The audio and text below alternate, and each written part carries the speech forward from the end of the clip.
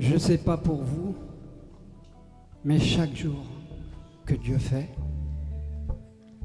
je suis émerveillé par sa présence, par tout ce qu'il crée, par toutes les circonstances, quelles qu'elles soient. Parce que avant même que nous voyions cela, il a déjà la réponse. Il sait déjà de quoi est fait notre lendemain. Nous ne pouvons qu'être émerveilleux face à un Dieu si puissant, si fort, si vrai, si généreux, si amour. Amen. Alors, chante avec moi, émerveillé, libère-toi. Émerveillé en ta présence, rien ne t'est impossible. Émerveillé en ta présence, ta joie me remplit d'espérance. Oui, je suis émerveillé, encore. Émerveillé en ta présence, Sache que rien ne lui est impossible. rien ne t'est impossible. Émerveillé en ta présence, ta joie me remplit d'espérance. Il n'y a personne comme toi. Personne n'est comme toi. Sur toute la terre, il n'y a personne comme toi. Jésus, Personne n'est comme lui. comme toi. Tu fais de grandes choses. Tes œuvres sont glorieuses. Toi le Dieu fidèle, puissant est son nom. Il est puissant, il est le Dieu puissant. Tes œuvres sont glorieuses. Toi le Dieu fidèle, puissant est ton nom. Puissant est son nom. Alléluia, alléluia, alléluia, alléluia, alléluia, alléluia. Puissant est ton nom. Alléluia, alléluia, alléluia, alléluia, alléluia, alléluia. Puissant est son nom. Puissant est ton nom. Puissant est ton nom. N'aie pas peur, dis-lui. Puissant est ton nom. Jésus est ton nom. Jésus est ton nom. Jésus est ton nom. Jésus est son nom. Jésus est son nom. Jésus est son nom. Jésus est son nom. Jésus est ton nom. Jésus est son nom. Glorieux est son nom. Glorieux est son nom. Glorieux est son nom. Glorieux est ton nom. Glorieux est son nom. Glorieux est ton nom. Puissant est ton nom. Puissant est ton nom. Puissant est ton nom. Puissant est ton nom. Puissant est ton nom. Puissant est ton nom. Puissant est ton nom. Alléluia. Alléluia. Alléluia. Alléluia. Alléluia. Alléluia. Alléluia. Puissant est ton nom. Alléluia. Alléluia. Alléluia. Alléluia. Alléluia. Alléluia. Puissant est ton nom. Puissant est ton nom. Puissant est ton nom. Puissant est ton nom. Puissant est ton nom. Puissant est ton nom. Puissant est ton nom. Puissant est ton nom. Puissant est ton nom. Glorieux est ton nom. Glorieux est ton nom. Glorieux est ton nom. Glorieux est ton nom. Glorieux est ton nom. Glorieux est ton nom. Glorieux est ton nom. Alléluia. Alléluia. Alléluia. Alléluia. Alléluia. Alléluia. Puissant est ton nom. Avec moi, redis-lui ça. Puissant est ton nom. Puissant est ton nom. Puissant est ton nom. Tu fais de grandes choses, tes œuvres sont glorieuses. Toi le Dieu fidèle, puissant est ton nom. Tu fais de grandes choses, tes œuvres sont glorieuses. Toi le Dieu puissant, puissant est ton nom. Amen. Amen.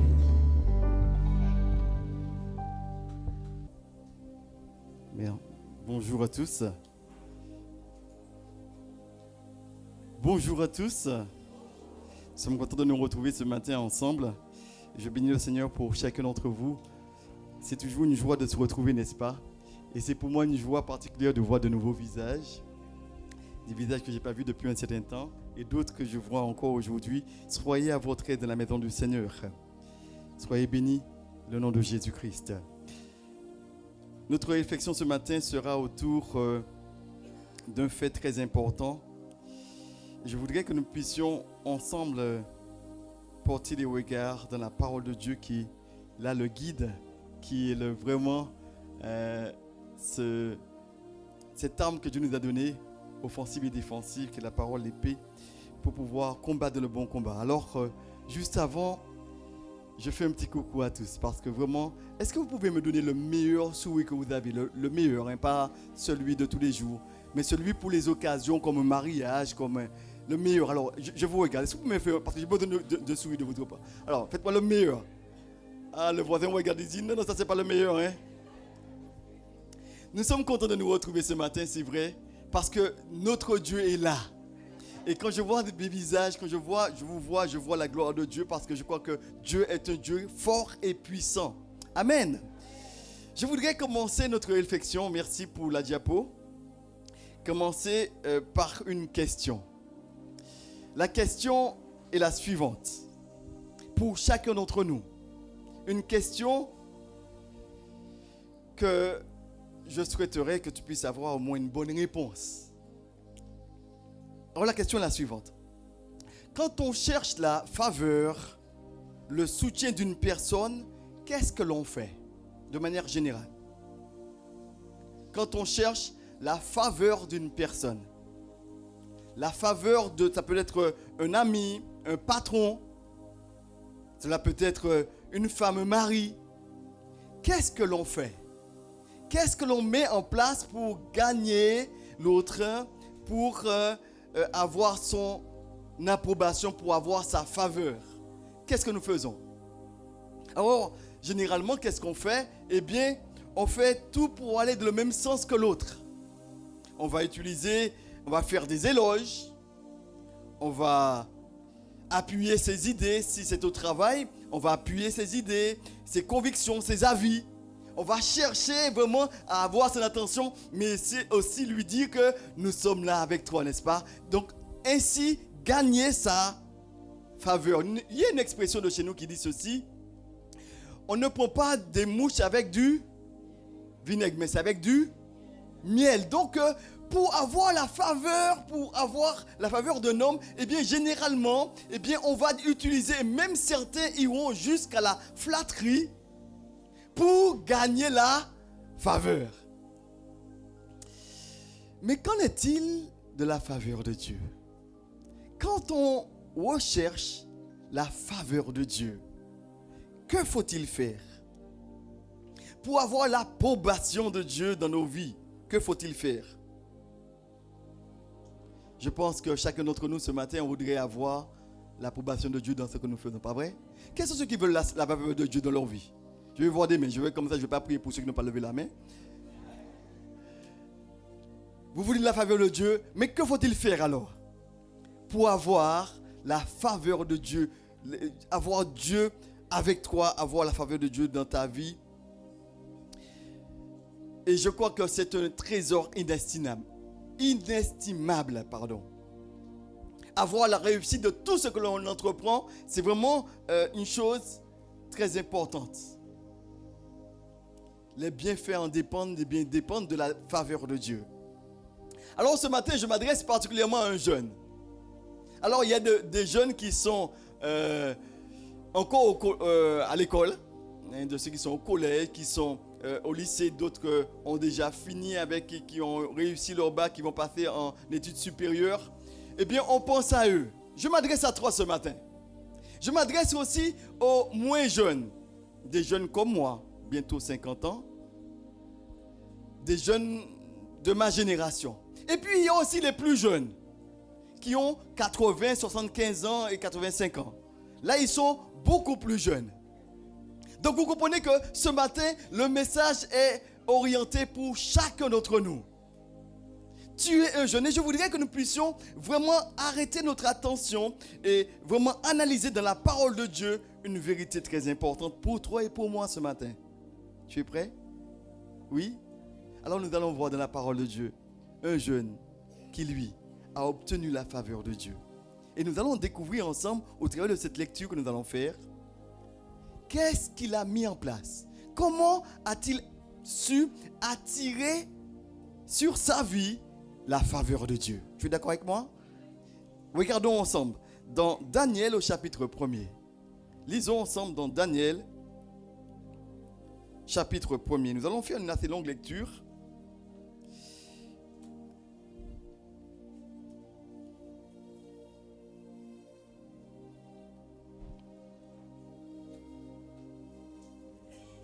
Daniel chapitre 1er.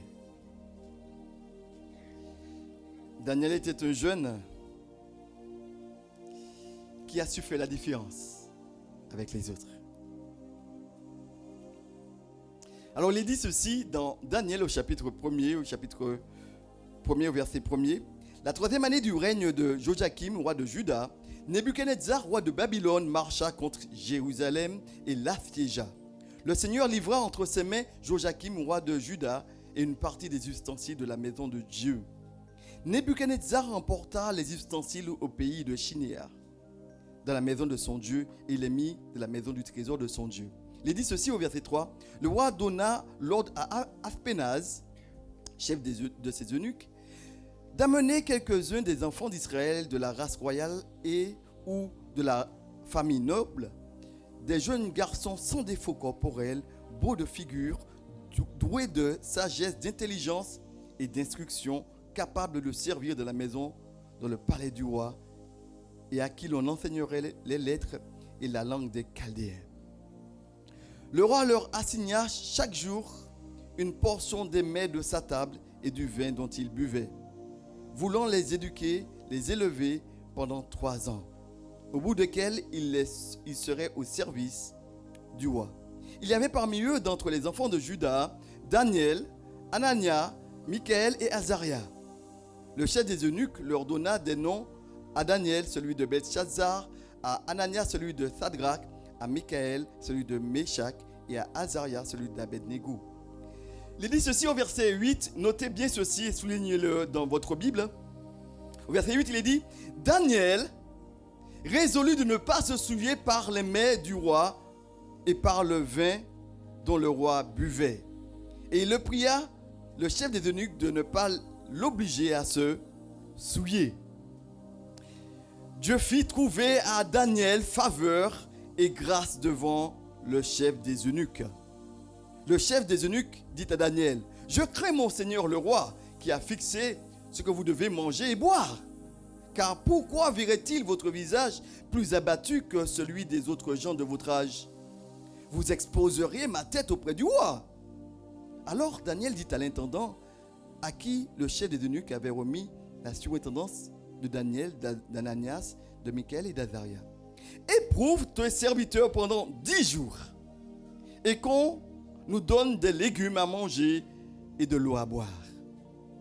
Tu regarderas ensuite notre visage et celui des jeunes gens qui mangent les mets du roi, et tu agiras avec tes serviteurs d'après ce que tu auras vu. Il leur accorda tout ce qu'ils demandaient et les éprouva pendant 10 jours. Au bout de 10 jours, ils avaient meilleur visage et plus d'un bon point que tous les jeunes gens qui mangeaient les mets du roi. L'intendant emporta les mets et le vin qu'il était destiné, et il donna des légumes.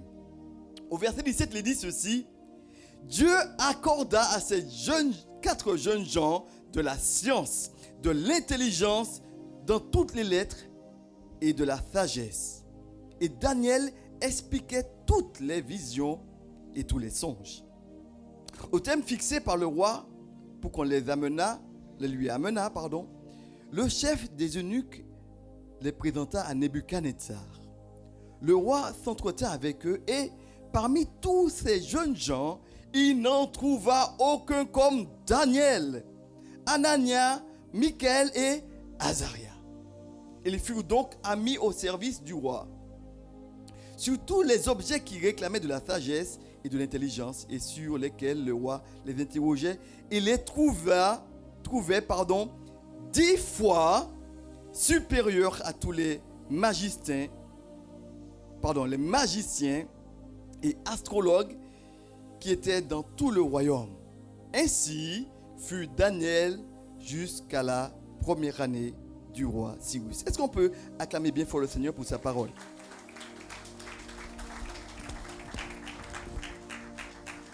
Je pense qu'au travers de ce texte, tu as pu voir que notre Dieu est le Dieu de l'impossible. Le Dieu qui ne déçoit jamais ceux qui se confient en lui. Alors ce matin, je voudrais vraiment t'encourager à mettre ta confiance en le Seigneur. Celui qui se confie en l'Éternel ne sera jamais déçu. Les hommes peuvent te décevoir, mais jamais Dieu ne te décevra. Parce qu'il est Dieu. Et s'il fait une promesse, il est celui qui tient à ses promesses. Alors, avant d'aller plus loin, je voudrais vraiment qu'on puisse se poser la question, mais comment obtenir la faveur de Dieu? Et je pense que vous l'avez déjà eu une petite idée de ce qu'il faudrait faire pour obtenir la faveur de Dieu, n'est-ce pas? Quand vous avez lu ce que a fait Daniel, on peut se dire, mais moi aussi, je peux par la grâce de Dieu avoir la faveur de Dieu. Amen. Alors, avant d'aller de voir ce qu'il convient de faire exactement, je voudrais vous présenter un tableau. Celui de Daniel. Parce que il est dans une époque précise. On pourrait parler, autrement dit, du contexte. Daniel était un jeune homme qui était hors de sa zone de confort. C'est-à-dire qu'il était emmené captif, loin de sa famille, loin de ses amis, loin de ses habitudes, loin de sa culture. Il était dans un pays qui était vraiment autre que le sien. Il était amené captif. Donc il était prisonnier et on l'a amené dans un pays qui n'est pas le sien. Il est hors de sa zone de confort. On l'amène dans un lieu qui lui est étranger. Mais Daniel, il était désorienté par rapport au lieu. Vous savez, c'est comme nos jeunes qui quittent la Martinique, qui vont dans les grandes métropoles. Ils vont étudier. Ils partent avec des convictions, avec des bases, avec des valeurs. Mais quand ils arrivent dans la grande métropole, eh bien, il y a la tendance de vouloir faire comme les autres. Et perdre un peu de son identité, de perdre un peu de ses valeurs. Et Daniel se retrouve, eh bien, comme ces jeunes-là qui sont dans cette grande métropole, que cela peut être la France, cela peut être le Canada, les grandes villes. Et là, Daniel, il se retrouve avec d'autres dans un autre pays. Dans Babylone. Babylone était une grande ville. Mais c'était une ville qui avait des monuments extraordinaires dans le temps. C'était considéré vraiment parmi les 7 merveilles du monde antique. Eh bien, Babylone était considérée vraiment comme une grande ville que l'on pourrait dire aujourd'hui avec les grands monuments tels que la Tour Eiffel, des éléments comme cela. Eh bien, Daniel arrive et il est certainement surpris de voir toutes ces constructions et ces belles choses. Mais dans ce pays dans lequel il était amené captif pour être au service du roi, Daniel a constaté une chose. C'est que ce pays est vraiment idolâtre. ce pays, eh bien, ces hommes ont des pratiques qui sont différentes des pratiques qu'il y avait à Jérusalem, qu'il y avait en Israël. Et là, il arrive dans ce pays, il se dit, mais c'est impressionnant de voir des hommes qui ont non pas un Dieu, mais plusieurs dieux. Un Dieu pour manger, un Dieu pour se coucher, un Dieu pour enfanter, un Dieu pour le soleil, un Dieu pour la lune. Ils avaient différents dieux. Et Daniel te dit, mais tiens, c'est différent. Un grand pays, mais il y a une idolâtrie pas possible.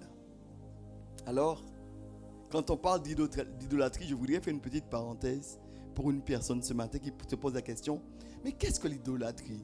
L'idolâtrie, c'est quoi? L'idolâtrie, eh bien, quand on parle d'idole, c'est tout ce qui prend la place de Dieu.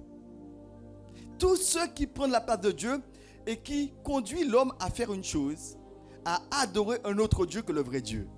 Alors, j'aimerais dire que souvent, dans ces pays, il y avait des statuettes, il y avait des monuments.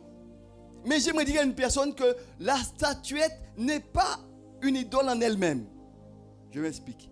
C'est qu'en fait, quand on parle de statuette, il y a ce que l'homme va faire avec de la chaux, encore du béton, encore avec du fer. Ils vont faire des statuettes. Mais la statuette n'est pas un problème parce que c'est une action faite de main d'homme. Mais c'est ce qu'il y a derrière cette statuette. C'est qu'il y a des démons qui restent derrière, qui aiment ces lieux-là parce qu'on vient apporter une adoration. Ils viennent derrière pour prendre cette adoration qui doit être pour Dieu. Et de ce fait, il y a de l'idolâtrie. J'aimerais te donner justement un exemple, ce qui m'est arrivé une fois. Et c'était à la maison, j'étais à la maison et étant jeune, je ne savais pas quel âge que j'avais exactement, peut-être 12, 13 ans environ, peut-être moins ou plus, je ne sais pas. Mais vous savez, derrière, chez mes parents, il y avait un calebassier. Et là, je ne sais pas si c'était pendant les vacances ou autre, j'avais pris la décision d'aller et puis de chercher une calebasse sèche que j'ai coupée en deux. Et puis je me suis dit, là maintenant, je vais faire de l'art plastique. Je vais faire des yeux. Je vais faire un gros nez comme le mien. Et vraiment des oreilles. Et je vais décorer. Et j'ai dessiné cela. Et ensuite, j'ai pris de la peinture. J'ai commencé à colorier tout ça. Et je me suis fait justement il ne me ressemblait pas beaucoup, mais bon, un petit peu. Et voilà, j'ai fait quelque chose. J'ai fait de l'art pratique. Et quand j'ai pris cela, j'ai fini. J'ai exposé mon trophée dans ma chambre. Et là, content, j'ai montré aux autres et je l'ai exposé dans la chambre. Mais vous savez, le soir arrivé, je ne pouvais pas dormir dans la chambre. Pourquoi? Parce que il y avait une présence dans la chambre. Alors, qu'est-ce que j'ai fait? Je me suis dit, mais c'est pas possible. Il y a quelque chose qui me regarde. Il y a quelque chose qui me... Ça va pas. Alors, qu'est-ce que j'ai dû faire? Vite fait, j'ai été voir ma mère. Je lui ai dit, maman, viens voir parce qu'il y a quelque chose. Il y a quelque chose dans la chambre. Alors, ma mère, elle vient. Et il fallait vraiment du courage pour qu'elle puisse se déplacer. Mais bon, elle s'est déplacée. Elle est venue. Et quand elle a regardé, elle m'a dit, mais qui est-ce qui a fait ça? Je lui ai dit, mais j'ai fait ça, c'est moi qui ai fait ça. C'est moi qui ai... Et c'est beau, hein? Elle m'a dit, mais tu sais, dans la Bible, il est dit qu'il ne fallait pas faire de représentation de choses qui sont sur la terre, etc. Et elle me donne justement une exhortation. Et qu'est-ce que je vais faire avec elle après? On ira derrière la maison, on va casser, on va briser et on va prier. Après ce moment-là, je suis retourné me coucher. Il n'y avait plus de présence. Alors quelqu'un me dit, mais qu'est-ce qui s'est passé? Pourquoi je vous dis ça? C'est simplement parce que vous dites qu'on peut faire quelque chose avec ses propres mains. C'est moi-même qui l'ai conçu. Mais il y a des choses qui sont propices aux esprits méchants. Et qu'est-ce qui se passe? Ce n'est pas l'objet en lui-même, mais l'esprit se cache derrière l'objet. Et cela, c'est propice aux puissances des ténèbres. Et on a dû prier. Et quand on a prié, mon sommeil est revenu. Pourquoi je vous dis ça? L'idole, ce n'est pas la statuette. Et j'aimerais dire à une personne que dans nos vies, malheureusement, même dans la petite Martinique, il y a beaucoup de personnes qui ont chez eux des statuettes, mais qui ont une puissance il y a des puissances qui se cachent derrière. Comme un tableau, par exemple. Avec des choses précises. Comme souvent des objets qui viennent d'Afrique, on ne sait pas justement qu'est-ce qu'il y avait, mais qu'est-ce qui a été fait comme implication dessus. Mais on aime beaucoup certaines choses, des images, mais qu'est-ce qu'il y a derrière? La chose en elle-même n'est pas un problème, mais c'est ce qu'il y a derrière. Vous savez, j'ai eu l'occasion une fois de voir ma soeur qui avait dans son salon, et c'était à la mode pendant un moment ici, tous ceux qui étaient zen. C'était quoi? Avec des petits bouddhas, avec des petites perles à côté. Mais je lui ai dit, mais écoute, tu as ça? Qu'est-ce que ça fait là? Il m'a dit, mais j'aime bien voir, et puis c'est trop tendance. Aujourd'hui, c'est ce que l'on fait, et puis avec des petites pierres comme ça, c'est beau. Et c'est beau, oui. Ouais. Et je lui ai dit, mais écoute, tu sais pas qu'en faisant ces choses, il y a des choses derrière qui se cachent.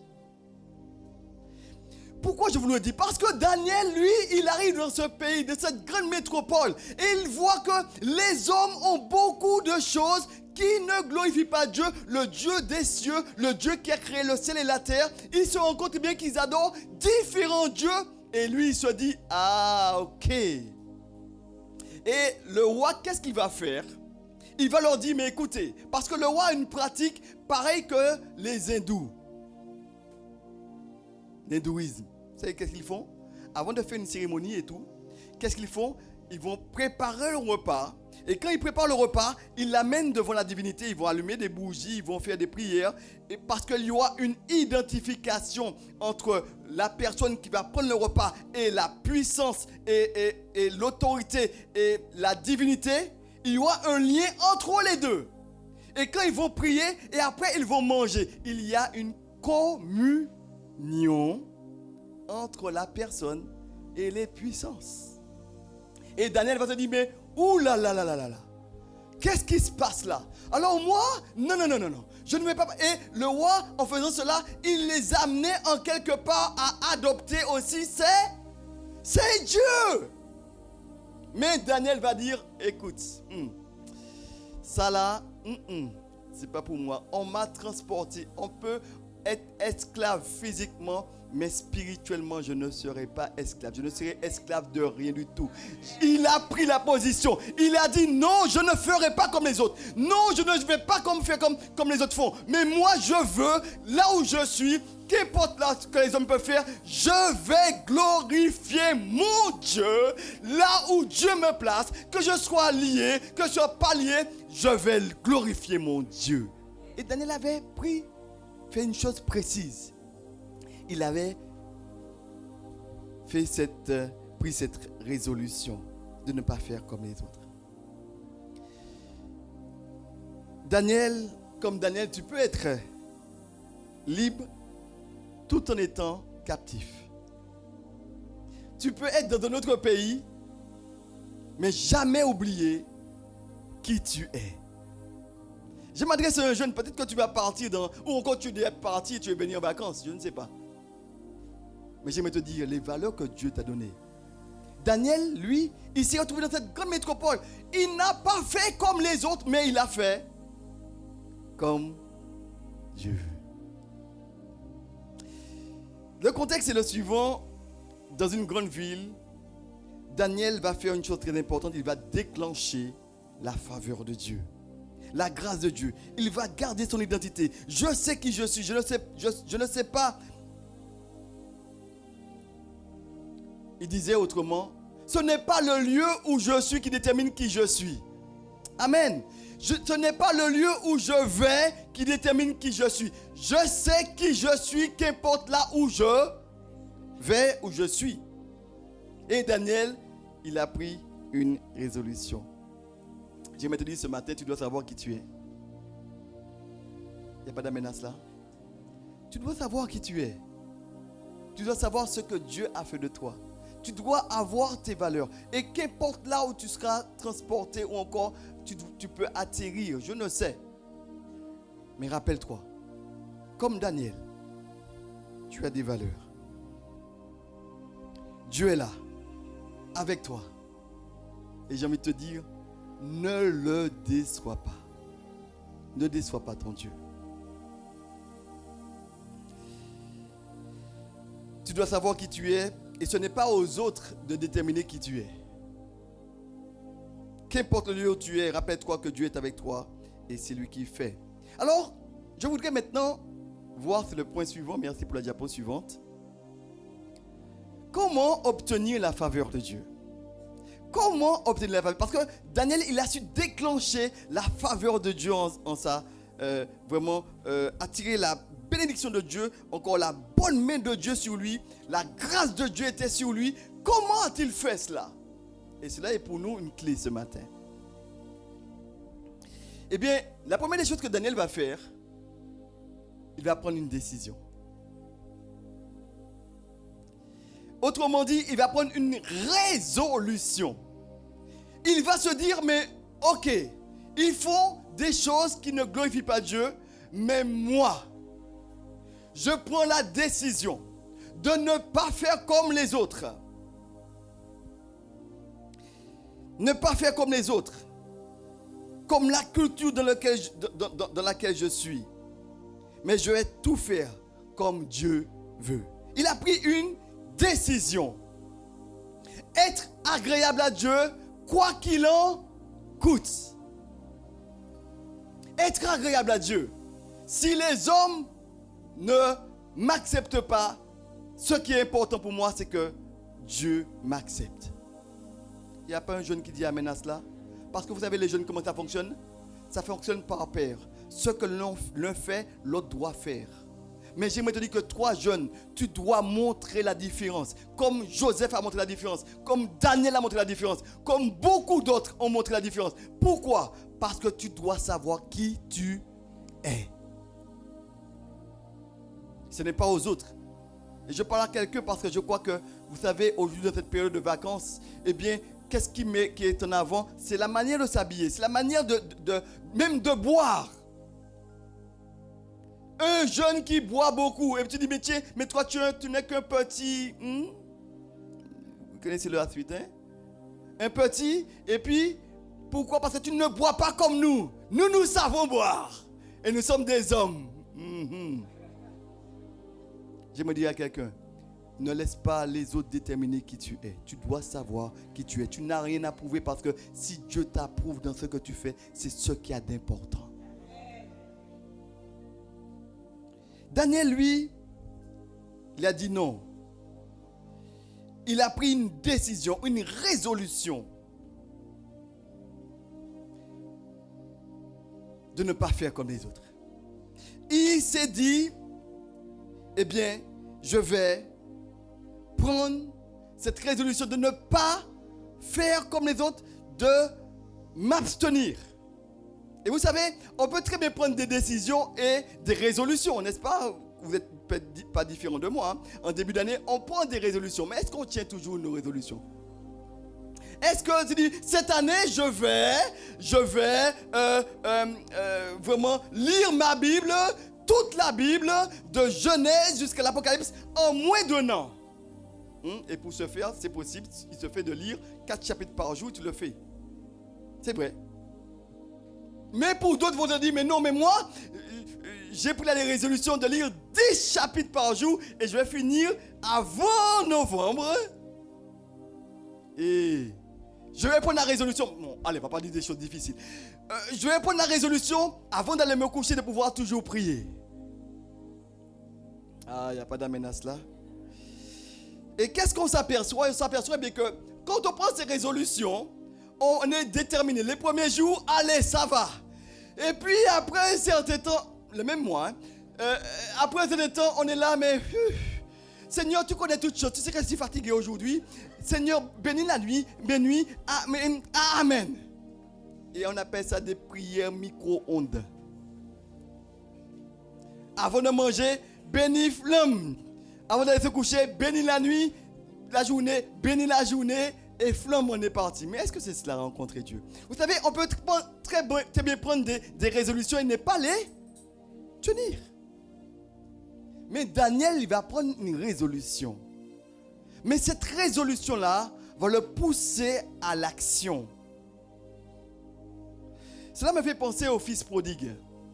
Vous savez, quand dans la Bible, il est question du fils prodigue, c'est un fils qui a dit à son père, « Père, donne-moi tout l'héritage qui me revient » parce qu'il voulait profiter de la vie, ne pas attendre que son père meure et qu'il puisse avoir l'héritage, mais il voulait profiter. Et la Bible nous dit qu'il a été et il a tout dépensé et au bout du moment, il n'avait plus d'argent. Qu'est-ce qu'il a dû faire? Il a été parmi demander du travail et le seul travail qu'il a trouvé était celui de garder les pourceaux. Et au bout du moment, il avait tellement faim qu'il voulait manger ce que mangeaient les pourceaux. Il n'y avait personne qui lui donnait et il s'est dit une chose. Entré en lui-même, il a dit qu'il est arrivé aussi bas. Et il a dit, tu te rends compte, chez mon père, mes serviteurs mangent mieux que ça et moi-même. Alors ce que je vais faire, j'irai vers mon père, je lui dis que Père, j'ai péché contre le ciel et contre toi. Eh bien, pardonne-moi et accepte-moi, non pas comme un enfant, comme ton enfant, mais comme un de tes serviteurs. Il a pris cette résolution. Mais la Bible nous dit ceci, ce qui est très important. La Bible nous dit que quand il a pris cette résolution, une des choses qu'il a dû faire, c'est quitter les cochons, quitter les choses pour aller vers le Père, pour dire, Père, j'ai péché contre le ciel et contre toi. Il n'a pas dit que je vais prendre la résolution et puis il n'est pas resté parmi les cochons. Parce que vous savez quoi? On peut très bien se dire, mais écoute, je vais quitter ça. Je vais arrêter tel péché. Je vais arrêter telle chose. Mais on n'arrête pas. Résolution, mais produit quoi? L'action. L'action qui consiste à dire, eh bien, je me lèverai. Non pas que je me lèverai, mais maintenant, je me lève et je vais. C'est l'action. Et le fils prodigue, quand il arrive dans loin de la maison, son père, les bras grands ouverts, qui l'attendait, il va dire une chose très importante. Voilà mon fils qui était mort, il est revenu à la vie. Parce qu'on peut très bien être dans la maison de Dieu, être là parmi ceux qui ont la vie et ne jamais avoir la vie. Je parle à un enfant de chrétien ce matin. Tu peux être là depuis longtemps, parmi ceux qui ont la vie, et toi tu es mort dans la maison de Dieu, dans la maison où le Père est là, où il n'y a pas de solution. Et tu te dis, mais tiens, je veux aller ailleurs pour voir ce que... Parce qu'on pense qu'ailleurs l'herbe est plus verte. Mais il a dit ceci, il est revenu, il a dit, il a pu comprendre que le plus important c'est d'être dans la maison du Père. Alors, je vais te dire que Daniel, lui, il a pris cette résolution. Il a dit non, je ne veux pas. Il n'a pas simplement pris une décision sans qu'il y ait l'action. Parce que quand il a pris la décision, pourquoi je dis qu'il a pris une décision? Parce qu'il a su dire aux responsables, je ne vais pas faire comme les autres. Je vais me mettre à part. Je vais, eh bien, dire non et je vais dire que je ne vais pas participer à cette idolâtrie-là, je vais manger différemment. Vous savez, le repas en lui-même n'est rien. Mais la Bible nous dit ceci, et cela on le voit au verset 8. Regardez avec moi ce qu'il dit au verset 8. Très important, verset 8. Daniel, qu'est-ce qu'il dit au verset 8? Daniel résolut de ne pas se souiller avec les mets du roi. Il a pris une décision. Et cela l'a poussé à dire à l'intendant, non, nous n'allons pas manger cela, mais éprouve tes serviteurs. Parce que nous allons faire un jeûne. Nous allons faire un jeûne. Nous n'allons pas manger de viande, mais nous allons manger des légumes. Et on peut parler du jeûne de Daniel, le jeûne diète, pour ceux qui ont fini, petite parenthèse. Parce qu'il y a plusieurs jeûnes. Il y a le jeûne total, le jeûne partiel, le jeûne... Enfin, pour ceux qui vous n'avez pas étudié, venez à Insta, vous allez justement apprendre les différents jeûnes. Mais Daniel là, il va dire, mais moi, pour ne pas faire ce qui est mal aux yeux de Dieu, et j'aimerais dire à une personne, pour te préserver, si tu vois que tu es dans un combat, jeûne, mets-toi en jeûne. Et tu vas voir que, dis Seigneur, je n'y arrive pas, pour faire ta volonté, je veux rester pur devant toi, aide-moi, certainement Dieu va t'aider. parce que tu veux faire ta volonté. Et Daniel a dit en attendant, mais non, je ne vais pas manger. Mais éprouve tes serviteurs. Donne-nous des légumes à manger. Et vous savez, dans les légumes, il y a de bonnes choses. Mais il faut quand même avoir de la viande. Mais quand tu veux faire la volonté de Dieu, Dieu est capable de changer tout pour que tu sois en équilibre. Il n'y a pas d'amen à cela. Daniel avait résolu de ne pas faire comme les autres. Obtenir la faveur de Dieu. Quitter.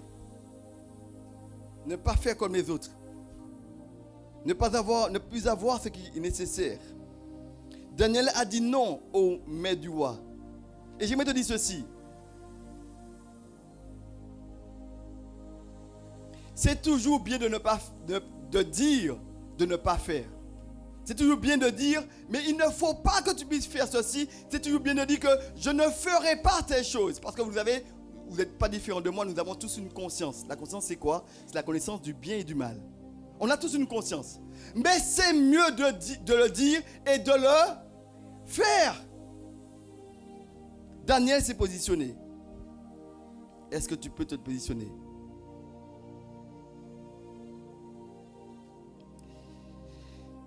Est-ce que tu es capable de dire non?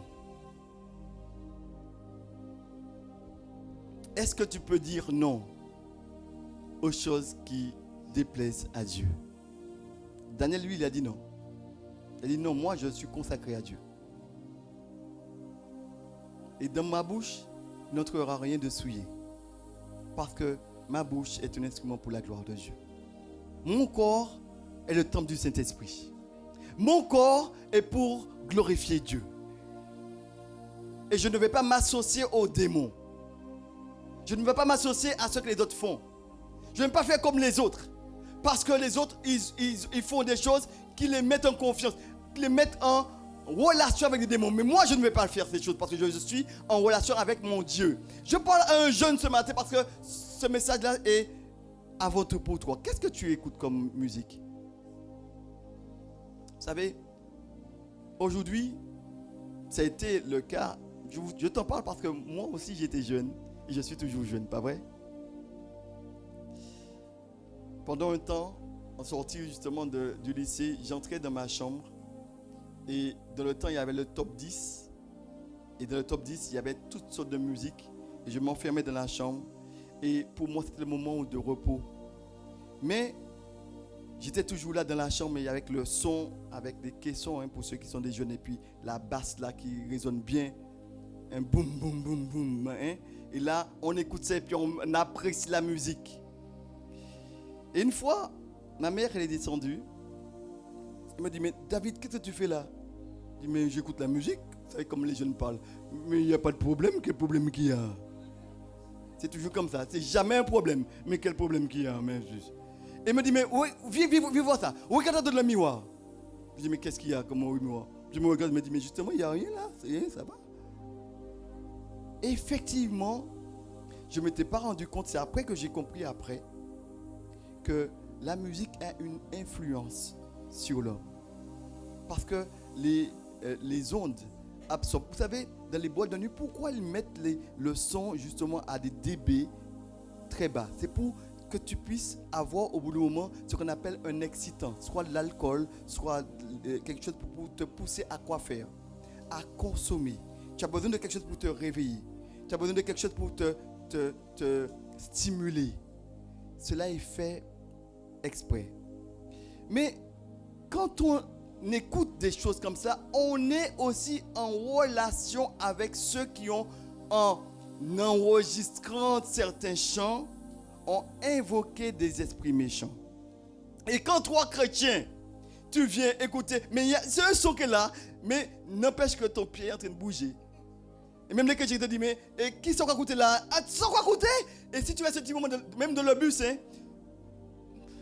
tu te rends pas compte, mais... Parce que pourquoi? La musique, on ne peut pas rester neutre à la musique. Mais j'aimerais te dire, écoute des musiques qui te construisent. Écoute des musiques qui te mettent en relation avec ton Dieu. mais pas loin de Dieu. Et j'aimerais te dire que les musiques que tu écoutes, inévitablement, il y a de ceux qui font des imprécations sur ce qu'ils font. Quelle différence qu'il y a? Il y a une différence entre la musique chrétienne et la musique du monde. Daniel avait résolu de ne rien faire de tout ça. Il s'est mis à part. Il a dit non, moi, ma vie, elle est consacrée à Dieu. Il a dit non. Je ne ferai rien qui ne glorifie pas mon Dieu. Est-ce que tu peux dire à ton voisin, je ne ferai rien qui ne glorifie pas mon Dieu? Dis-lui ça. Tu peux lui dire ça?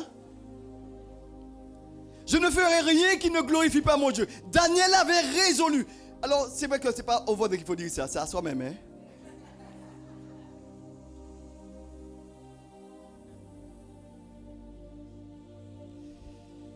Pour obtenir la faveur de Dieu, il faut prendre des résolutions, mais aussi les maintenir, pour les appliquer vraiment. Mais c'est également en se préservant des souillures de ce monde. Il faut prendre une décision, il faut prendre des résolutions, mais il faut aussi se préserver des souillures de ce monde. Et quand on parle de séparation avec la souillure, les souillures de ce monde, cela me parle inévitablement de consécration. C'est le mot, c'est le suivant, mis à part. Mis à part pour Dieu, pour glorifier Dieu. Et cela, c'est un autre mot que nous connaissons très bien, qui est le mot être saint. C'est mis à part pour Dieu. Quels sont ceux qui veulent être à part pour le Seigneur? Je veux être à part pour le Seigneur. Et pour cela, si tu veux être à part pour le Seigneur, il te faut te préserver des souillures. Il te faut te préserver des choses qui ne glorifient pas Dieu. Qu'est-ce qui souille l'homme? La Bible nous dit que c'est le péché qui souille l'homme. Le péché, c'est la désobéissance à la loi de Dieu. Le péché, nous éloigne de Dieu. Et le péché nous empêche d'entrer dans la présence de Dieu pour que Dieu puisse nous bénir. Le péché nous coupe de la relation avec Dieu. Daniel a résolu. Regardez avec moi ce qu'il est dit rapidement dans Romains au chapitre 12. Nous connaissons très bien ce verset, n'est-ce pas? Romains 12, le verset 1er.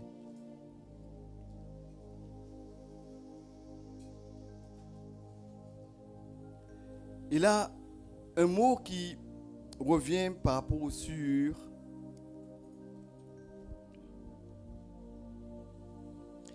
Daniel a dit non, je ne vais pas participer au mets du roi.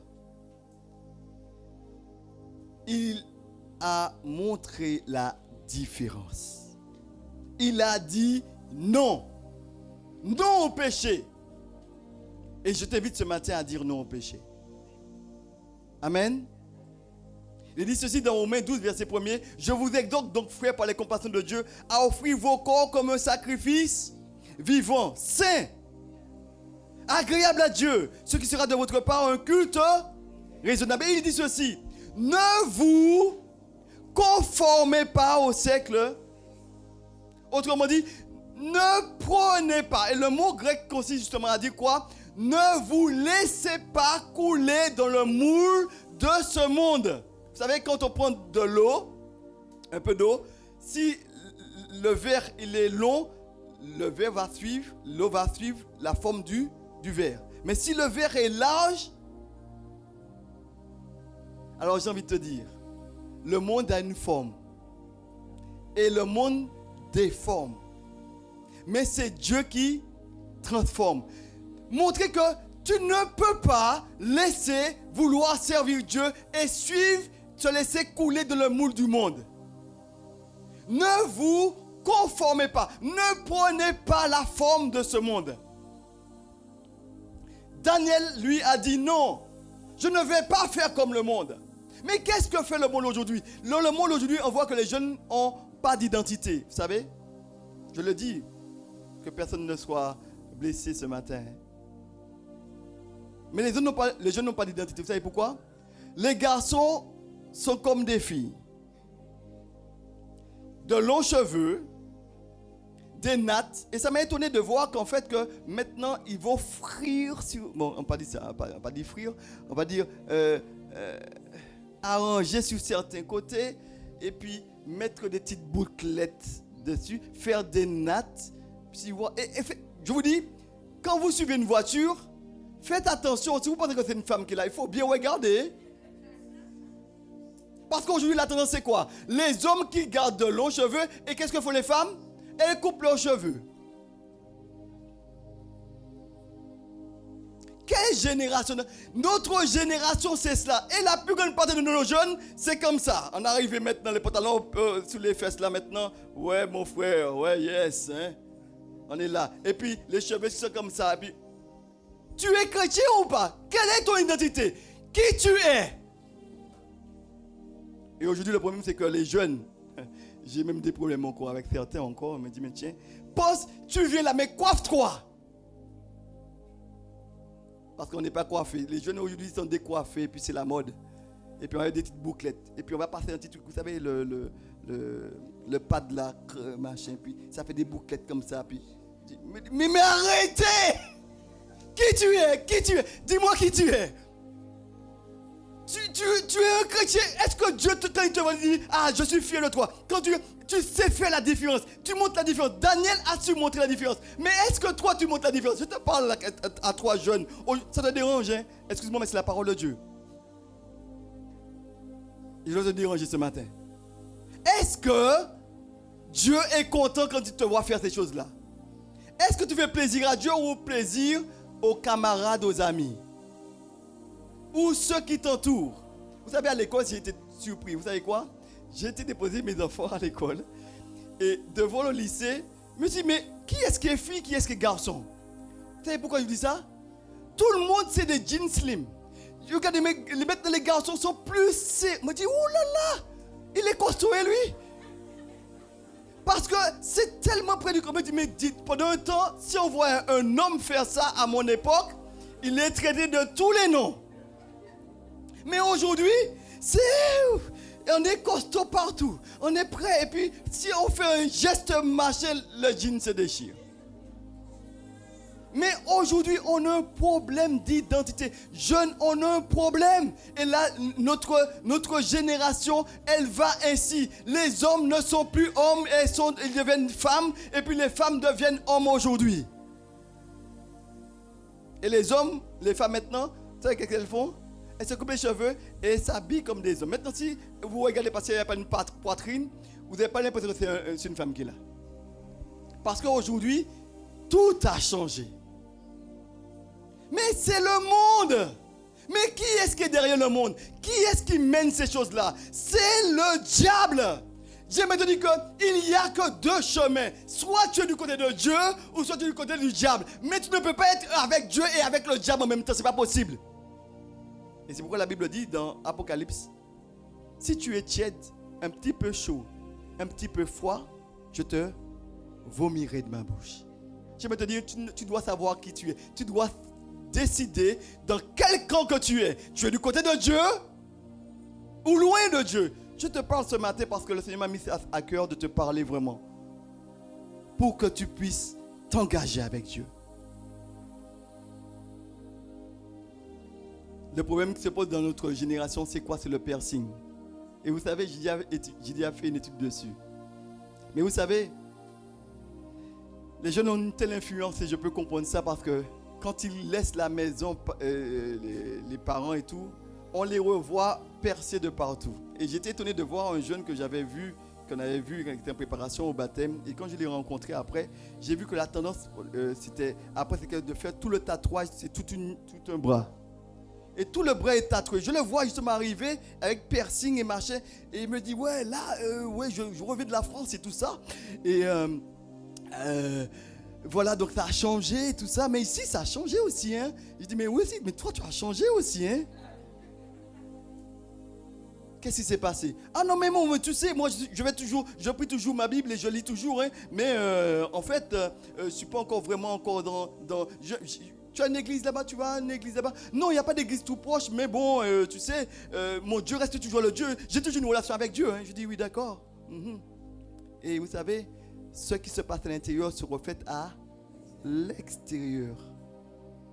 Je me souviens avoir dit justement pour le piercing, combien de fois que de ceux qui ont cherché à faire des choses, mais ils ont donné eux-mêmes un droit d'accès légal à l'ennemi dans leur propre vie en se faisant percer. Je pense justement à cette jeune-là qui me disait qu'à chaque fois qu'elle se sentait mal, elle était percée de partout parce qu'elle avait besoin de se sentir, de se faire mal pour se soulager de notre mal. C'était des puissances qui étaient derrière ces choses-là. Et je pense justement à cette jeune fille aussi qui se faisait tatouer de pas possible. Et je disais que, comme je l'ai dit, je le répète pour une personne qui ne le sait pas, le tatouage est un chemin par lequel l'ennemi utilise, les puissants des ténèbres utilisent pour entrer sous ton propre corps. Comme ce jeune qui avait dit, justement, pourquoi je parle de ça? Parce qu'un jeune qui, une fois, il me dit, mais Pasteur Kouti, j'ai prié pour lui. Pourquoi? Il avait mis derrière, sur son épaule, une patte de griffe et puis qui était comme ça. Et puis il avait, vous savez, c'est les 3 griffes. Vous voyez de quelle image que je parle? C'est une patte et puis il y a 3 griffes. Et il avait mis ça et puis il se mettait en débardeur, des pectoraux dehors et tout ça. Et il était bien, il était fier. Mais il m'a dit une chose, Pasteur Kouti, il faut prier pour moi parce que le soir, là où il y a la patte et la griffe, je sens que ça se déchire vraiment et ça me fait mal. Et j'ai dû prier avec lui, prendre autorité pour briser des choses. Pourquoi? Parce que lui-même, il avait donné un droit d'accès légal à l'ennemi en faisant quoi? Un tatouage. Tu as ton corps et le temple. Ne laisse pas. Garde ton corps pur que pour Dieu. Ne fais pas comme les autres. Quelqu'un m'a dit, même un petit prénom pour mettre sur le bras, hein? Mais un petit prénom donne un droit d'accès à l'ennemi dans ta vie. Et quand tu l'as mis, tu ne peux pas l'enlever. Et après, tu subis. Je pense à beaucoup de jeunes des expériences, mais j'en passe ce matin, qui ont fait des expériences terribles et négatives. Pourquoi? Ils savent que Jésus est le sauveur de l'homme. Sauveur, et les parents ont donné leur vie et puis eux ils ont dit mais moi je veux faire mes expériences et ils ont fait. Quelle a été la conséquence? Vous savez, on ne peut pas pécher, le péché a toujours des conséquences. J'aimerais te dire ceci, le péché a toujours des conséquences négatives. Alors c'est en se préservant du mal. Ne vous conformez pas au siècle présent, mais soyez transformés par le renouvellement de l'intelligence pour discerner quelle est la volonté de Dieu, ce qui est bon, agréable à Dieu. Ce que Dieu veut, eh bien, ce qui lui est agréable. Tu dois faire ce que Dieu veut que tu puisses faire. En tout cas, fais ce qui est agréable à Dieu. Dis à ton voisin, fais ce qui est agréable à Dieu. Tu veux la faveur de Dieu, eh bien, fais ce qui est agréable à Dieu. Dis-lui ça avec un gossou. Tu ne vas pas dire ça doucement. Il n'a pas entendu. Dis-lui ça plus fort.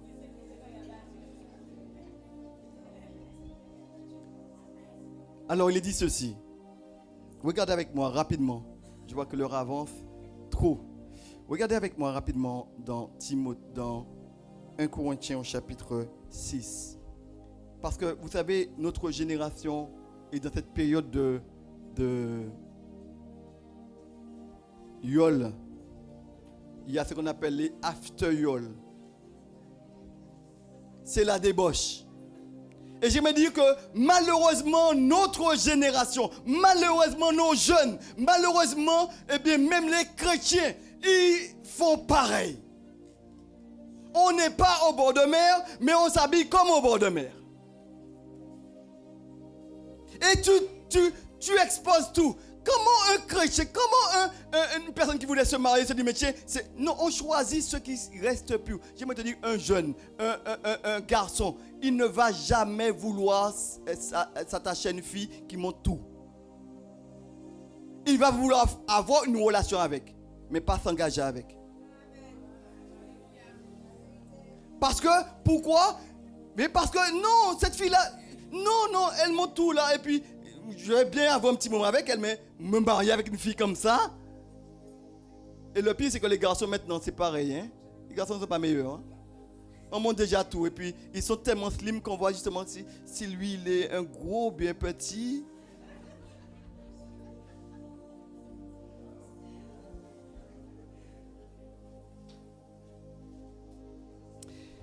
Regardez avec moi dans 1 Corinthiens. 1 Corinthiens au chapitre 6.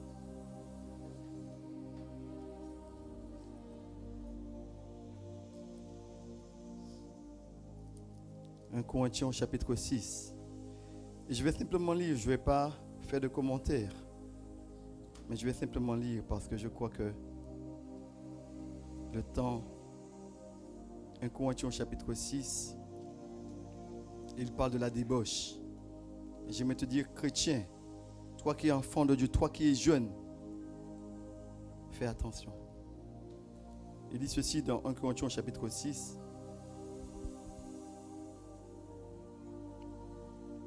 Il dit ceci à partir du verset 9. Ne savez-vous pas que les injustes n'hériteront pas le royaume de Dieu? Ne vous y trompez pas. Ni les impudiques, ni les idolâtres, ni les adultères, ni les efféminés, ni les homosexuels. Aïe.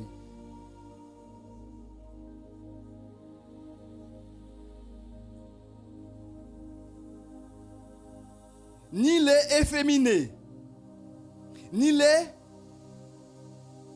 infâmes pour certains. C'est la même chose qui veut dire homosexuel. Ni les voleurs, ni les cupides, ni les ivrognes, ni les outrageux, ni les ravisseurs n'hériteront le royaume de Dieu. Et c'est là ce que vous étiez, quelques-uns d'entre vous. Mais vous avez été lavés, mais vous avez été sanctifiés.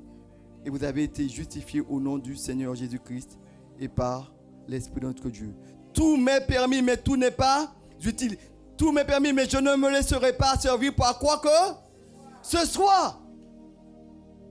Je me dis que si Jésus-Christ est entré dans ta vie, tu n'es plus le même. Si tu vis, tu ne vis plus pour toi, mais tu vis pour glorifier Dieu. Et tu dois montrer la différence. Ta vie doit être changée. Tu ne peux pas avoir la même attitude qu'auparavant. Vous savez, aujourd'hui, vous savez qui est-ce qui fait la mode aujourd'hui? Ce sont les homosexuels. Ceux qui vont tailler justement des vêtements. Et vous savez, la plus grande partie, quand vous montrez justement les vêtements, vous savez, j'étais surpris de voir qu'aujourd'hui, pour certains jeans, bon, c'est pas le moment, mais bon, je vais le dire quand même. Certains jeans, c'est taille basse. Mais j'ai compris que c'était pour les femmes qu'on mettait des tailles basses, vous savez. Et les jeans, et puis maintenant, je dis, mais chez les garçons aussi, c'est taille basse. Vous savez pourquoi? Parce que les garçons mettent le bas et puis le reste tombe. Donc maintenant, il faut que ça ne soit pas très peu devant et puis derrière, ça tombe. Je me dis, mais taille basse pour tout le monde. Mais qui est-ce qui est derrière ça? Qui est-ce qui est derrière ça, bien-aimé?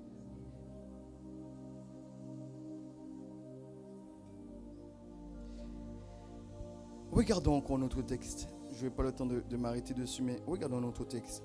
Dans 2 Corinthiens, chapitre 6 toujours. C'était dans 1 Corinthiens maintenant, chapitre 6. Maintenant, nous allons dans 2 Corinthiens, chapitre 6. Et c'est une exhortation à fuir la débauche. Fuis ces choses.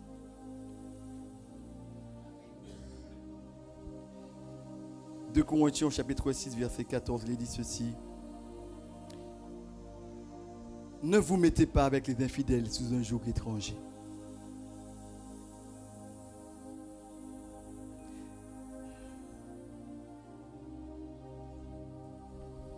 Je m'adresse à une personne ce matin, à un jeune. Tu veux que Dieu soit au centre de ta vie et pourtant tu n'arrêtes pas de flirter avec des personnes qui ne sont pas chrétiennes.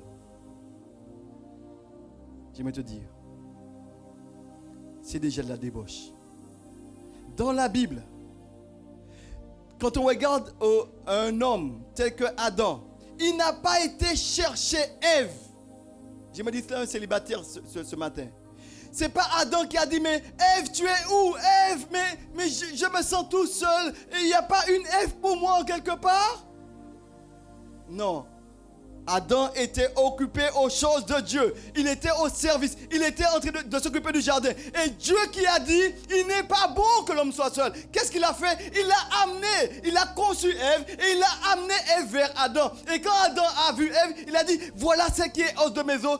Et chez de ma chair, on l'appellera femme.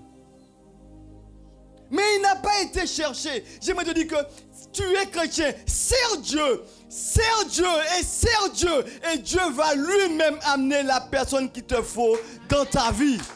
Ne cherche pas. Prêt à Dieu avant. Et Dieu sait très bien quand le moment viendra pour que tu sois heureux. Il y a un problème. Vous savez, il y a trop longtemps que je suis comme ça. Ben oui, mais si Dieu te dit que tu n'es pas encore prêt, tu n'es pas encore prête pour l'avoir, et si il vient dans ta vie, tu vas le tuer. Ou tu vas la tuer. Mais c'est Dieu qui sait quand amener. Amen, alléluia. C'est lui qui sait faire. Mais toi, sers Dieu. Il dit ceci dans Corinthiens. Ne vous mettez pas avec les infidèles sur un joug étranger.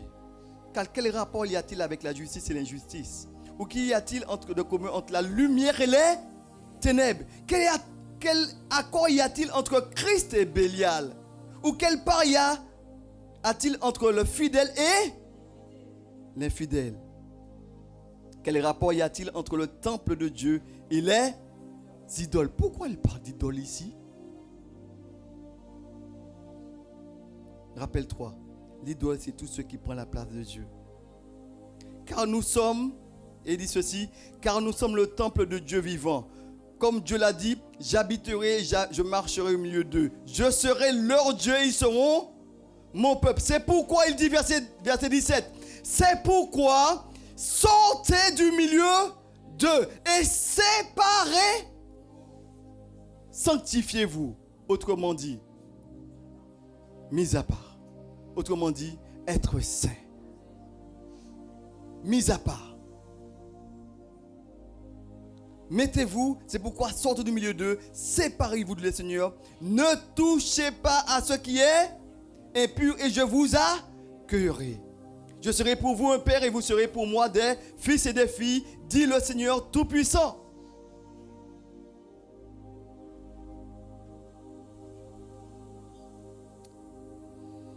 J'aimerais te donner cette vérité ce matin, il faut avancer. Quand tu cherches à honorer Dieu, oui c'est vrai, quand tu cherches à honorer Dieu, Dieu lui-même te met à l'honneur. Quand tu as Dieu avec toi, c'est alors que rien ne t'est impossible. Quand le Tout-Puissant est avec toi, alléluia. Le plus grand est avec toi. Celui qui fait tout à merveille. Capable d'incliner les cœurs des rois. Capable de changer les situations. Capable de changer les circonstances. Capable de tout changer. Quand il est avec toi, eh bien rien ne t'est impossible. Tu peux être même amené captif, mais tu n'es pas captif, tu es libre. Parce que si Dieu est avec toi, rien ne sera contre toi. Alléluia.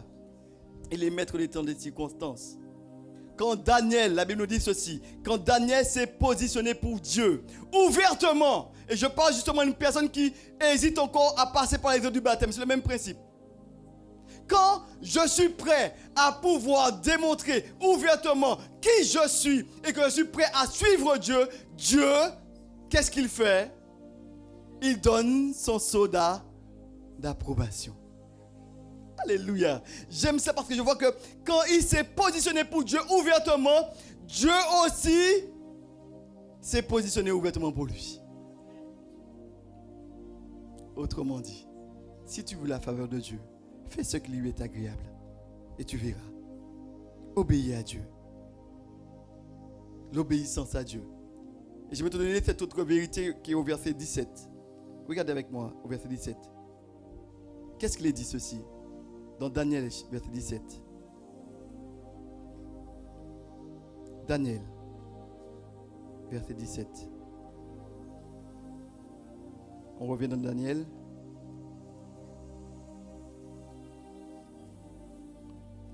Chapitre 1er, verset 17. Qu'est-ce qu'il dit au verset 17? Quand Daniel a fait ces choses, et c'est très important, Dieu accorda à ces 4 jeunes gens quoi? La science, quoi encore? L'intelligence dans toutes les lettres, quoi encore? Sagesse, pour montrer que quand ils se sont positionnés pour Dieu, quand ils ont dit, mais nous sommes prêts à pouvoir nous garder notre identité, pour dire que nous voulons suivre Dieu, nous voulons faire ce que Dieu nous demande, qu'est-ce que Dieu a fait? Dieu a incliné le cœur de l'intendant. Mais dans ce verset 17, il est dit, Dieu accorda l'intelligence, la sagesse, la science à ces jeunes.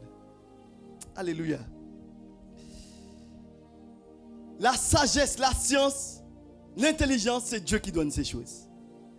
Il n'y a pas d'aménagement là. La sagesse, l'intelligence, la science, c'est Dieu qui donne ces choses. Oui, et c'est une erreur, bien-aimés, amis, mais c'est une erreur aussi pour nous parents, de mettre la raison avant la foi. Je m'explique. Souvent, on dit aux enfants, il faut apprendre à l'école. On est très rigoureux. Tu arrives à la maison, tu fais tes devoirs, tu fais tout ça. Mais est-ce que tu sais prendre le temps pour dire, aujourd'hui, est-ce que tu as lu? Où est-ce que tu as lu? Est-ce que nous allons lire ensemble? Est-ce que tu es prêt à enseigner ton enfant les bases solides? Est-ce que tu es prêt à lui dire que si Dieu est dans ta vie, si Dieu est là, forcément tu auras la réussite? Mais qu'est-ce que nous faisons, parents? Nous montrons quoi? L'école, le savoir. Et je me te dis que celui qui donne l'intelligence, l'école donne un équipement, mais l'intelligence, c'est Dieu qui la donne. Alléluia. C'est Dieu qui la donne. La science, c'est Dieu qui donne ça. La sagesse de savoir comment faire, c'est Dieu qui donne ça. Et pourquoi nous disons à nos enfants, eh bien, il faut étudier, et nous ne prenons pas le temps pour étudier la parole, pour que Dieu soit au centre. Nous avons un problème, bien-aimés. Nous faisons tout pour les meilleures écoles pour nos enfants, pour qu'ils puissent réussir. Mais à quoi sert-il un homme de gagner le monde entier et de perdre son âme? On peut très bien, et avec Dieu, quand Dieu est dans ta vie, il te donne la réussite, il te donne l'intelligence, il te donne la science, mais plus que cela, il te permet de réussir, non seulement dans la vie, mais il te permet de réussir ta vie. Il y a une différence. Celui qui réussit dans la vie, c'est celui qui aura les moyens. Parce que tu peux avoir un bon travail. Tu peux avoir une femme. Tu peux avoir des enfants. Tu peux avoir un bon poste. Et ne jamais connaître le bonheur. Mais quand tu as Jésus dans ta vie, alléluia, il te donne non seulement ces choses-là, mais tu as encore dans ta vie. Tu as encore dans ta vie la réussite. La réussite qui ne dépend pas des circonstances, qui ne dépend pas de lieu, mais qui dépend de celui qui est ton Dieu. Il est celui qui donne. Alors j'aimerais dire à une personne, ne cherche pas justement les études, mais cherche Dieu avant tout. Et lui, cela ne t'empêche pas d'étudier. Hein? Ne néglige pas les études, d'accord. Mais mets Dieu en avant. Et c'est lui qui va donner la sagesse, l'intelligence pour savoir comment agir et comment faire. Parents, prenez du temps à prier avec vos enfants. Parents, est-ce qu'il y a des parents là ce matin? Parents, priez pour vos enfants, mais priez avec vos enfants. Apprenez-les non seulement à lire, mais surtout à connaître Dieu, à avoir le Dieu qui, s'ils sont déportés, s'ils doivent partir, s'ils doivent changer, ils savent qui ils sont en Jésus-Christ. Ce n'est pas le Dieu de mes parents, mais c'est mon Dieu. Daniel était de notre Dieu, mais il avait son Dieu. Ce n'était plus le Dieu de ses parents, mais c'était son Dieu. C'est pourquoi il a pris la résolution d'arrêter. Il a dit non, je ne ferai pas. Comme Joseph aussi est un jeune, qui a dit non, je ne ferai pas. Et toi, tu dois dire aussi non, je ne ferai pas. Je veux glorifier Dieu. Je veux être agréable devant mes responsables, mais surtout devant Dieu. Je ne ferai pas cela devant Dieu. Je ne ferai rien qui ne glorifie pas mon Dieu. Je suis jeune, c'est vrai, mais je veux glorifier Dieu. Parce que ce n'est pas le Dieu de mes parents, mais c'est mon Dieu. Daniel, il l'avait expérimenté. Quand tu as la faveur de Dieu, j'aimerais te dire ceci et terminer ainsi. Voilà la dernière diapo. Quand tu as la faveur de Dieu, tu as aussi la faveur. Alléluia. J'aimerais te dire que quand tu as la faveur de Dieu, tu as un plus. Est-ce qu'il y a quelqu'un qui m'entend ce matin? Quand tu as Dieu avec toi, tu as un plus. Tu as un plus. Quel est ce plus? Dieu avec toi. Mais Dieu, alléluia. Quand il vient dans ta vie, c'est lui qui transforme ta vie. Mais lui, il a tout pouvoir dans le ciel, sur la terre et sous la terre. Il est celui qui est au-dessus de tout. Il détient tout entre ses mains. Il est celui qui est maître des temps et des circonstances. Il est capable de tout changer. Alléluia. Tu as un plus. Et ce plus-là, c'est Dieu. En lui, tu es plus fort, tu es plus résistant, tu es plus déterminé, tu es capable de faire de grandes choses. Je prends un exemple pour que les choses soient claires. Dans ton travail, ils ont dit licenciement pour tout le monde. Licenciement pour tout le monde. Il y a de ceux qui font quoi? Tout le monde se met à mais qui ça manque fait? L'autre va se mettre à pleurer. L'autre se dit mais oui mais je ne sais pas qu'est-ce que tu vas peut-être maintenir. Mais après on pas rester encore. Licenciement, mais comment qu'on va faire? Qu'est-ce qu'on va devenir? Et comment? Mais toi chrétien, qu'est-ce que tu fais? La différence qu'il y a, parce que toi tu n'es pas comme eux. Tu te dis, ah yes, yes. Pourquoi? Parce que, Seigneur, si tu me permets maintenant, c'est que ma période ici, mon temps ici est fini. Maintenant, tu me prépares autre chose. Et parce qu'il y a autre chose qui arrive. Maintenant, je dois entrer dans une nouvelle dimension. Je dois entrer dans une nouvelle orientation. Parce qu'avec toi, c'est jamais fini. Parce que tu es celui qui prend soin de tes enfants. Alléluia.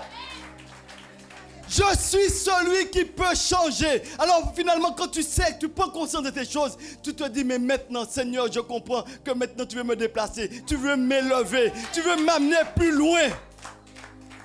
Tu n'es pas en train de pleurer, mais tu fais confiance à celui qui détient les clés de David. Celui qui ouvre et que personne ne peut fermer. Celui qui ferme et personne ne peut ouvrir. Celui-là, oui, c'est celui-là. Tu sais qui tu es. Les autres pleurent, mais toi, tu es dans la joie. Parce que tu dis, Seigneur, c'est une nouvelle saison qui commence. Alléluia. Alléluia, une nouvelle saison. Une nouvelle saison qui commence. Et c'est cela, un privilège. Avec Dieu, il y a un plus. Alléluia. Je ne sais pas si tu prends conscience de ces choses, mais avec Dieu, il y a un plus. Il y a un plus. Il est celui qui incline le cœur des rois. La Bible dit au verset 29, au verset 19, qu'est-ce qui s'est passé? Regardez avec moi. Verset 9. Daniel résolut de ne pas se soulier avec les mets du roi et avec le vin le roi buvait. Il le pria les eunuques de ne pas les oublier à ce sujet. Et puis verset 19, il est dit, Dieu fit trouver à Daniel faveur et grâce devant le chef des... Dieu... Quand tu as la crainte de Dieu, quand tu veux faire ce qui est agréable à Dieu, qu'est-ce que Dieu fait? Dieu incline le cœur des rois. Alléluia. Il est celui qui incline le cœur des hommes. Alléluia. Est-ce que tu comprends cela? Donc, devant le patron, devant ceux qui te disent, mais c'est impossible, devant le médecin, qui dit, c'est impossible, tu peux lui dire, ce qui est impossible aux hommes est possible à Dieu. Alléluia. Il est capable, là où il n'y a pas eu de porte, de créer une porte comme il l'a fait pour le peuple d'Israël. Un chemin là, il n'y a jamais eu de chemin. Il a ouvert la mer Rouge. Il est capable d'ouvrir les portes qui sont fermées. Et parce que c'est lui qui détient les clés. Il ouvre, personne ne peut fermer. Il ferme, personne ne peut ouvrir. Il est l'éternel, le Dieu vivant et vrai. Et quand tu l'as dans ta vie, les portes ne sont pas fermées devant toi. Pour toi, il ferme des portes, tu passes et après toi, il referme la porte. Parce que là, il dit que c'est pour toi seulement. Tu n'as pas compris, tu n'as pas compris. Quand le peuple d'Israël, ils sont passés, la porte est ouverte, ils sont passés. Mais après, il y a eu, la porte est fermée. Parce que pourquoi? C'est pour toi seulement. Parce que pourquoi tu crains l'éternel? Tu es un enfant de Dieu. Pour toi seulement, les portes s'ouvrent. Quand tu prends conscience, parce qu'avec Dieu, il y a un plus. Alléluia. Il y a un plus. Quand tu as la faveur de Dieu, il y a un plus que les autres. Ta joie, elle est différente. Tu sais en qui tu as mis ta confiance. C'est lui le chemin, la vérité, la vie. C'est lui l'alpha et l'oméga. C'est lui qui est El Shaddai, Le Dieu Tout-Puissant. C'est lui. C'est l'Éternel. Le Dieu vivant et vrai. Avec Dieu, tout change. Alléluia. Je parle à une personne. Peut-être que tu as une affaire depuis longtemps. Le jury peut être contre toi. Mais si Dieu est avec toi, personne ne peut résister à Dieu. Alléluia. Personne ne peut résister à Dieu. Si Dieu est avec toi, tu n'as pas à avoir des regards inquiets. Parce qu'il est celui qui prend soin de toi. Et c'est celui qui t'élève. Il est celui qui prend soin de toi. Créer un passage, là il n'y a jamais eu de passage. Et Daniel a pu expérimenter devant les responsables, mais aussi devant les rois. Le roi a pu dire, mais je n'ai vu personne comme Daniel, avec une telle intelligence, avec une telle sagesse. Pourquoi? Parce qu'ils avaient résolu de ne pas se souiller. Ils avaient pris la décision d'honorer Dieu dans tout ce que l'on fait. Et de ce fait, Dieu les a aussi élevés. Dieu les a aussi élevés. Parce qu'ils ont pris la décision de descendre devant Dieu. C'est important de descendre devant Dieu et devant les hommes. Mais celui qui fait monter, la Bible dit que Dieu résiste aux orgueilleux, mais il fait grâce aux... C'est lui qui élève. Mais ne cherche pas à t'élever. Laisse Dieu t'élever. Et tu verras de grandes choses. Avec Dieu, tout change.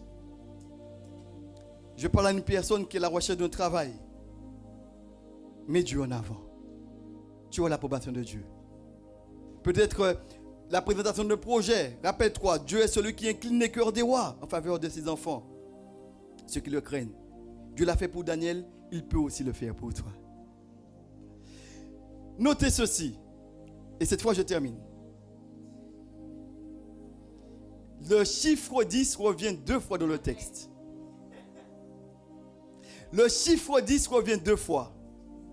La première fois, c'est la diapo suivante, merci. 2 fois, le chiffre 10 revient. La première fois, éprouve tes serviteurs pendant 10 jours. C'est-à-dire qu'il y a une épreuve.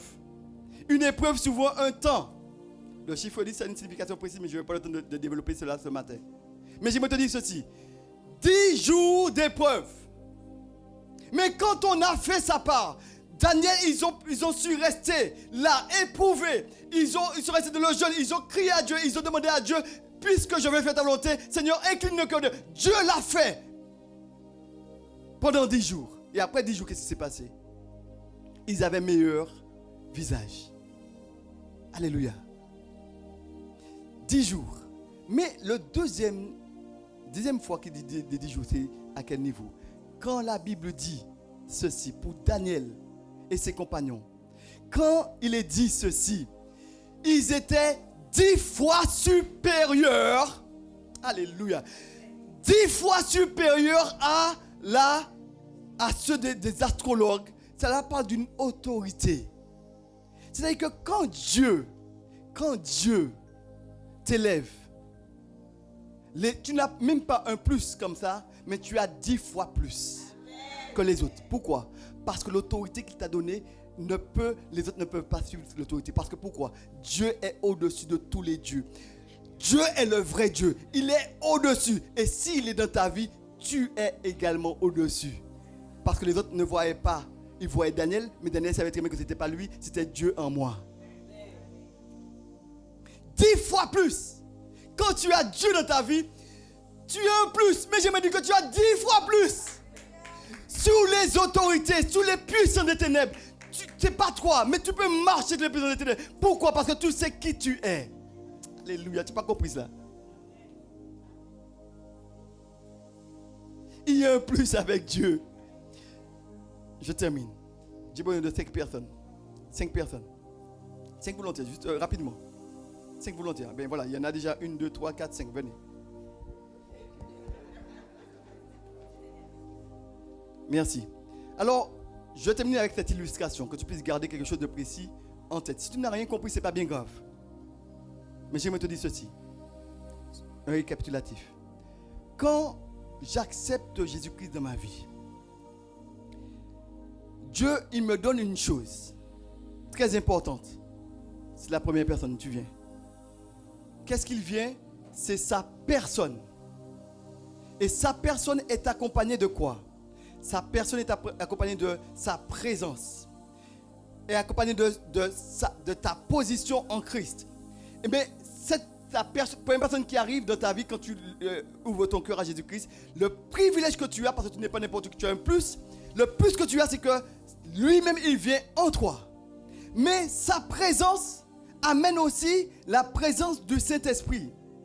Quand tu ouvres ton cœur à Jésus-Christ, tu deviens un enfant de Dieu. Mais il met en toi son esprit. Mais l'esprit de Dieu, c'est qui? C'est Dieu lui-même. Mais il met en toi aussi les caractéristiques de l'esprit.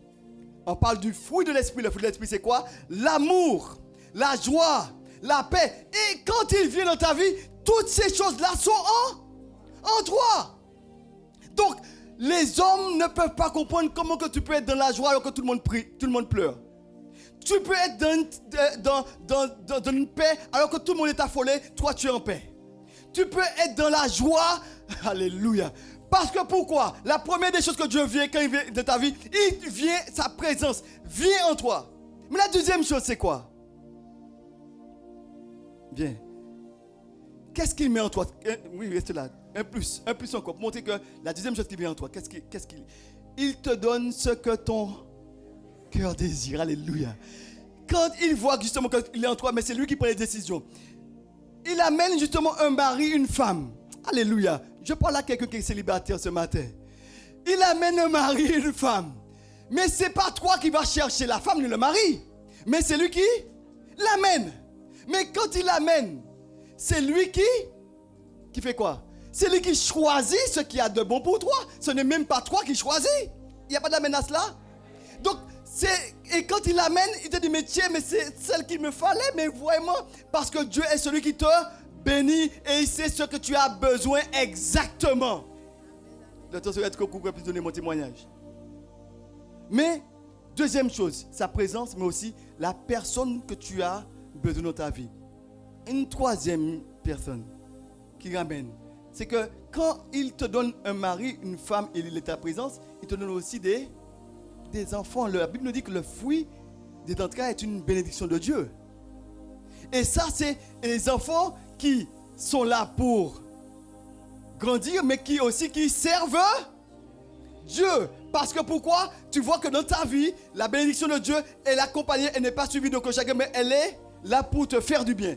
Là, Dieu te donne ces choses-là. Mais c'est des choses qui sont sur terre, n'est-ce pas? Mais il y a un plus. Est-ce qu'il y a quelqu'un qui me suit?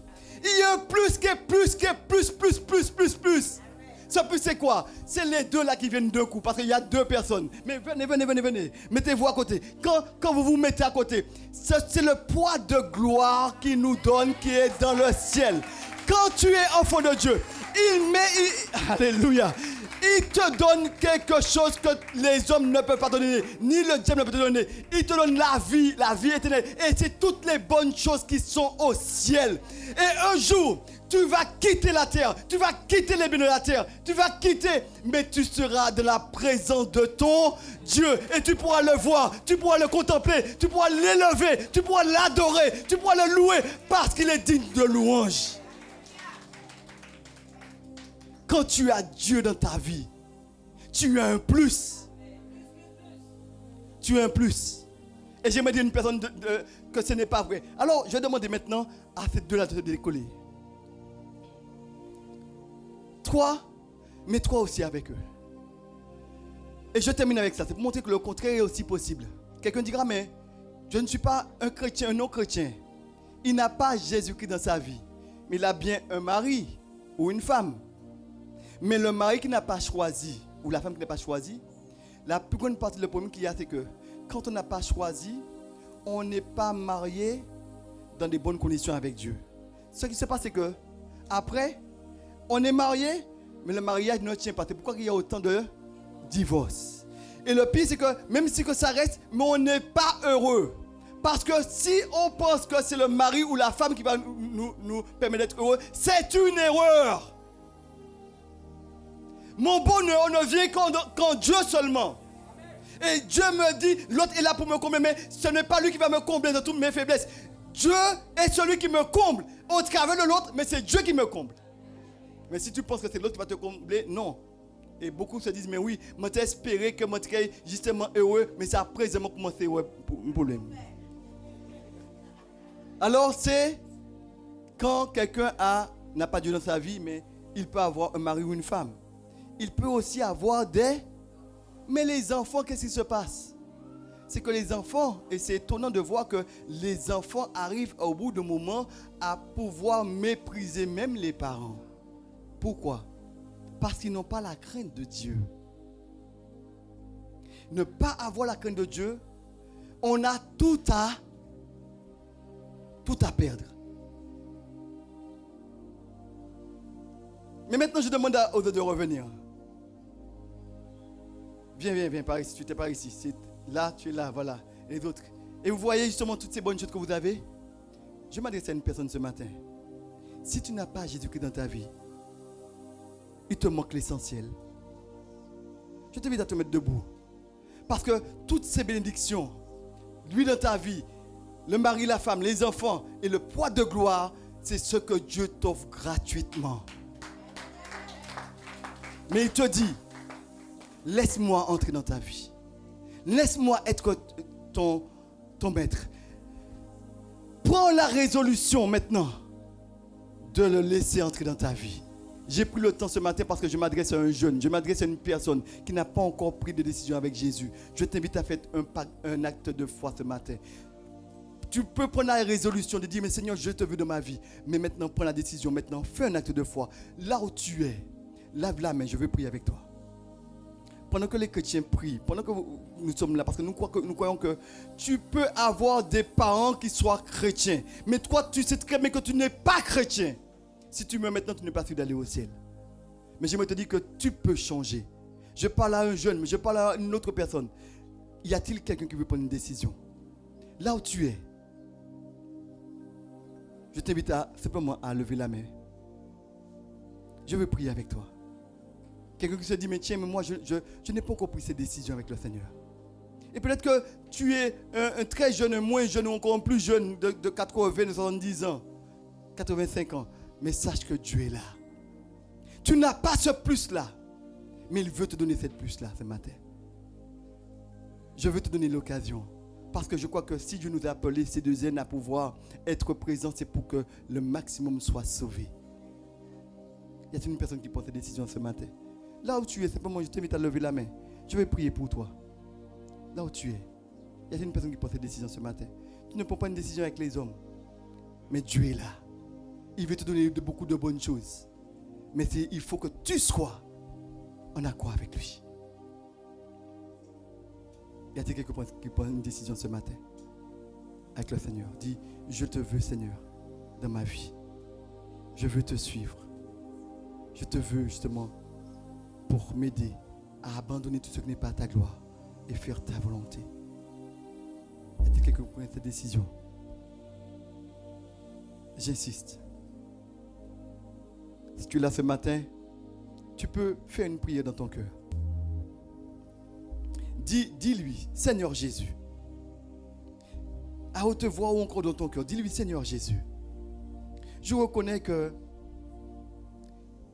j'ai cherché l'approbation, ton approbation, mais une approbation qui était de manière égoïste, parce que je voulais avant tout t'aimer, ce que tu donnes et non pas ton cœur. Je te demande pardon ce matin. Je veux maintenant t'ouvrir mon cœur. Viens, fais ta demeure en moi et donne-moi ton esprit. Inscris mon nom dans le livre de vie et donne-moi de pouvoir marcher dans tes voies. Donne-moi de faire la différence partout où je suis, dans mon travail, dans ma famille, dans mon quartier, dans mon habillement, dans ma manière de me coiffer, ma manière de me comporter. Change mon cœur, change ma vie. Je me remets entre tes mains. Manifeste ta grâce. Agis puissamment dans ma vie. Au nom de Jésus.